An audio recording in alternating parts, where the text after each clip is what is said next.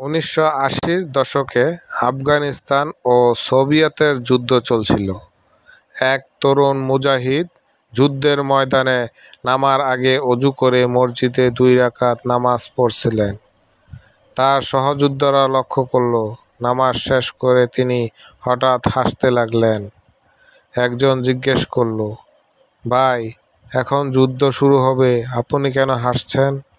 তরুণ উত্তর দিল, আমি নামাজে ছিলাম, হঠাৎ দেখলাম সামনে জান্নাতের দরজা খুলে গেছে। আমার মা আমাকে ডাকছেন, বাবা তাড়াতাড়ি এসো। আমি জানি আজ আমার দিন শেষ, কিন্তু আমি ভয় পাচ্ছি না। সেদিন যুদ্ধ শুরু হতেই তিনি সামনের সারিতে লড়তে লড়তে শহীদ হন। তার মুখে তখনও হাসি লেগেছিল।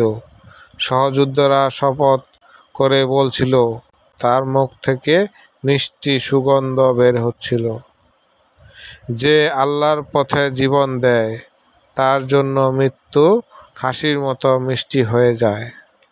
গল্পটি ভালো লাগলে সবাই চ্যানেলটিকে সাবস্ক্রাইব করবেন এবং লাইক, কমেন্টস, শেয়ার করে দিবেন।